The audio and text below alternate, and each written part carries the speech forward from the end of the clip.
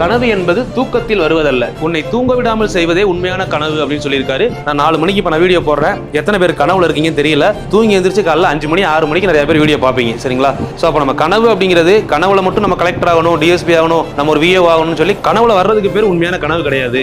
உங்க கனவு உங்களுக்கு உண்மையானதா இருந்து பழிக்கணும்னு நினைச்சீங்க அப்படின்னா அந்த கனவு உங்களை தூங்கவே விடக்கூடாதுன்னு சொல்றாரு. நம்ம கனவு காண்றோம் சொல்லிட்டு நம்ம இப்படி ஆகணும் அப்படி ஆகணும் நினைச்சா மட்டும் பத்தாது. இன்னைக்கு ஏன் சொல்றேன்னா, நேத்து ஒருத்தர் கால் பண்ணி கேட்டிருந்தாரு, படிக்கணும் புக் எடுத்தா தூக்கம் வந்துருது, இதுக்கு நான் என்ன பண்றது அப்படின்னு கேட்டாரு. ஆக்சுவலா இப்ப நீங்க யோசிச்சு பாருங்களேன், ஒரு ஃபெஸ்டிவல் இருக்கு, அந்த ஃபெஸ்டிவல் டைம்ல நீங்க தூங்கணும்னு நினைப்பீங்களா? இல்ல தூக்கம் உங்களுக்கு வருமா? யோசிச்சு பாருங்க. ஏன் நாளைக்கு உங்களுக்கு ஒரு கல்யாணம்யா எடுத்துக்கோங்கயா, நாளைக்கு உங்களுக்கு கல்யாணம், இன்னைக்கு நைட்டு கல்யாணத்துக்கு ஆள் வர்றாங்க, எல்லாம் பண்றாங்க, நாளைக்கு ஒரு அவ்வளவு சந்தோஷம். ஸோ இன்னைக்கு தூங்குவீங்க எல்லாரும்? யோசிச்சு பாருங்களேன். அப்போ நமக்கு ஒரு விஷயத்துக்கு மேல எக்ஸ்பெக்டேஷன் இருக்கிறப்போ நம்ம தூக்கம் வராது.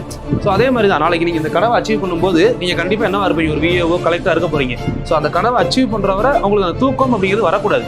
தூக்கம் அப்படிங்கிறது நமக்கு வந்து பாத்தீங்கன்னா வேற வேலையே இல்லை அப்படின்னா சும்மா தூங்குவாங்க. தூங்காம ஒருத்தவங்க ஓடுறாங்க அப்படின்னா அவங்களுக்கு அந்த தூக்கத்தை விட பெரிய கனவு இருக்கு அப்படின்னு அர்த்தம்.